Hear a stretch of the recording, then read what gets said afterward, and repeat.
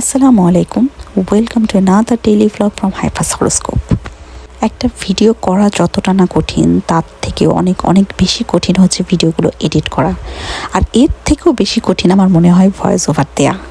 Two be honest, edit করার ভয়ে আমি ডেইলি ভ্লগ ঠিক মতো দিতে পারি না। আসলে অনেকগুলো ভিডিও জমা পড়ে যায়, সেগুলো আবার এডিট করো, আবার ভয়েস ওভার দাও, অনেক প্যারা লাগে অ্যাকচুয়ালি। আমার মেমোরি হাইফা হওয়ার পর যতটা না লস হয়েছে, তার থেকে বেশি লস হয়েছে এই পেজ খোলার পর। যাই হোক, চলুন শুরু করা যাক নতুন একটি ডেইলি ভ্লগ। আজকে একটু বের হয়েছি সানি ডে দেখে, আবার একটু বাতাসও আছে।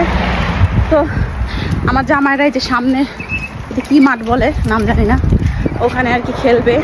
তো অনেক দিন হলো আমরা, তারপর সুমন ভাইয়ারা, তারপর রুহিন ভাইয়ারা, জামিল ভাইয়া, আমরা একসাথে একটু বসি না কোথাও। তো ওরা প্ল্যান করছে যে খেলে টেলে কোনো রেস্টুরেন্টে বসবে। ভাবলাম যে একটা ভ্লগ বানাই, why not making a vlog today. তো যাচ্ছি, এই যে হাইফা বুড়ি গরমে আল্লাহ, আমি এক হাতে ফোন নিয়ে আর এক হাতে স্টল ফেলতে পারতেছি না। মাঠে যে আবার ভিডিও করবো। আমাদের বাসা থেকে এই মাঠ বেশি দূরে না, হেঁটে যাইতে 10-15 মিনিট লাগে, ক্যানো লেকের পাশে আর কি। ওই দিন ওয়েদারটা না কেমন জানি একটু কুয়াশা কুয়াশা টাইপের ছিল, ঠান্ডা ছিল না খুব একটা, গরমই ছিল, ভ্যাপসা একটা গরম। আর কেমন জানি যে ভিডিওর মধ্যে কিন্তু দেখা যাচ্ছে কেমন একটু কালো কালো আবছায়া আবছায়া ভিডিওগুলো হয়েছে। আকাশটা একদমই ক্লাউডি ছিল, হাওয়েভার একটু একটু করে রোদ উঠতেছিল। তো ছেলেরা তখনও খেলতেছিল ক্রিকেট। তো আমরা মেয়েরা আর কি মনে করলাম যে মাঠে বসে কি করব, আমরা একটু যাই সি সাইডে, বাচ্চাগুলোকে একটু ঘুরে নিয়ে আসি। তো সি সাইডে গিয়ে দেখি সাগর একদম উত্তাল, আর এত বাতাস ছিল, আমরা ঠিকমতো দাঁড়াতে পারতেছিলাম না, মনে হচ্ছিল কি বাতাসে আমাদের উল্টায় ফেলে দিবে। তারপর কিছুক্ষণ একটু বসলাম, ভালোই লাগতেছিল, একসাথে 4 জন বসে গল্প করতেছিলাম। এই দেখেন বাতাসে আমার চুলের কি অবস্থা, মুখের সামনে এসে ডিগবাজি খাইতেছে চুলগুলা। ব্যবসা গরম দেখে আমি হাইফাকে হাফ হাতা একটা টি শার্ট পরে নিয়ে গেছি, ভাগ্যিস একটা হুডি সাথে নিয়ে গেছিলাম, যে বাই চান্স যদি একটু ঠান্ডা বাতাস ছাড়ে তাহলে পরাই দিব। তো ভালো কাজ করছি আর কি, ওকে আমি হুডি পরাই দিছিলাম তাড়াতাড়ি করে। দেখেন না সাগরের কত বড় বড় ঢেউ আসতেছে, আছড়ে পড়তেছে একদম বিচে। তো আমরা অনেকক্ষণ বিচে বসেছিলাম, তারপর আবার মাঠে চলে আসছি। ততক্ষণে আর কি আমাদের জামাইদের ক্রিকেট খেলা শেষ হয়ে গেছে। তারপর আমরা চলে গেলাম একটা নতুন রেস্টুরেন্টে। এই রেস্টুরেন্টের একবার চিকেন কাবাব আর চিকেন ফ্রাই মনে হয়, হ্যাঁ অনেকদিন আগে খাইছিলাম, আমার জামাই অর্ডার করছিল বাসায় আর কি। তো খেয়ে না খুব মজা লাগছিল। তো এই কারণে আমি সবাইকে বললাম যে চলেন ওই রেস্টুরেন্টে যাই, আমার মনে হয় ওখানকার খাবার অনেক মজা হবে। So thanks to everyone for believing me. তো সবাই আমার উপর ভরসা করে ওই রেস্টুরেন্টে গেল। তো মনে মনে আমি একটু ভয় পাচ্ছিলাম যে আল্লাহ, সবাইকে বলে তো নিয়ে আসলাম, পরে যদি খাবার খারাপ হয়, মুখে তো কেউ বলতে পারবে না, মনে মনে তো গালি দিবে। এনিওয়ে আমরা খাবার অর্ডার করলাম। তো ওনারা বললো যে একটু টাইম লাগবে, আপনারা কিছুক্ষণ আর কি টাইম পাস করেন, ফ্রেঞ্চ ফ্রাই খান। তো ফ্রেঞ্চ ফ্রাইটা এত মজার ছিল বিশ্বাস করেন, খুবই খুবই খুবই মজা ছিল।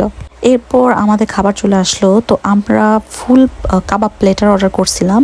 মিক্সড কাবাব থাকে এর মধ্যে, চিকেন, বিফ, তারপর ল্যাম্ব, তারপর মাশরুম ছিল, তারপর অনিয়ন ছিল, তারপর হচ্ছে ক্যাপসিকাম ছিল।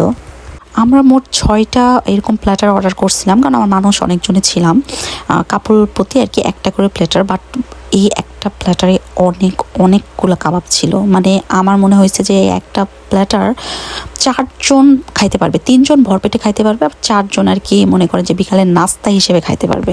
আর কাবাবের সাথে আমরা নিছিলাম নান। এখানে হচ্ছে অপশন থাকে হয় ফ্রাইস নয়তো নান, তো আমরা নান সিলেক্ট করছিলাম। তো কাবাবগুলা দেখে আমি আর সহ্য করতে পারতেছিলাম না, একদম লাল লাল ঝাল ঝাল গ্রেভি। তো ফার্স্ট বাইটটা দিয়ে আমি একদম পাগল হয়ে গেছি। মোস্ট প্রবাবলি আমার কাছে মনে হয়েছে যে বেস্ট কাবাব ইন টাউন।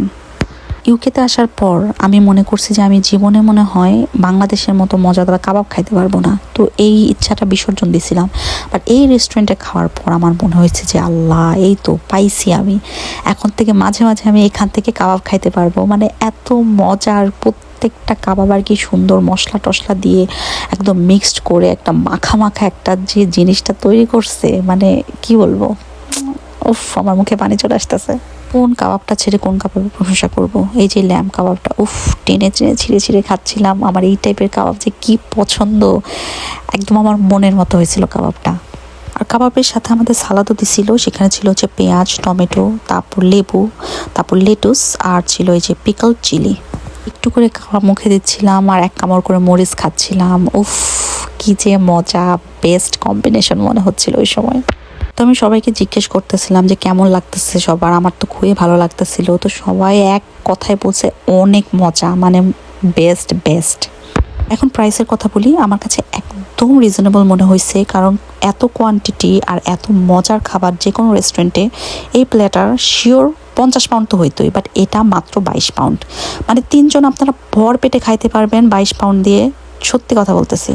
আমি, আমার জামাই, তারপর মোয়াপু, হৃদয় ভাই, আমরা এত খাদক মানুষ, আমরা 2টা প্ল্যাটার শেষ করছি খুব কষ্ট করে। মানে লাস্টে আর কি মানে এক্সট্রা হয়ে গেছিলো, আমাদের কাছে মনে হয়েছে যে অনেক বেশি কোয়ান্টিটি ছিল আর কি, বাট অনেক মজা ছিল। মানে মনে হচ্ছে কি পেট ভরছে মন ভরে নাই, এইরকম আর কি।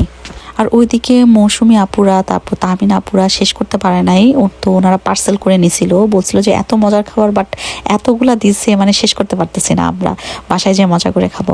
তো এই তো দেখেন আমাদের অবস্থা, তখন খাওয়া দাওয়া প্রায় শেষ হয়ে গেছে, আমরা তখন আর কি একটু রিল্যাক্স করতেছিলাম।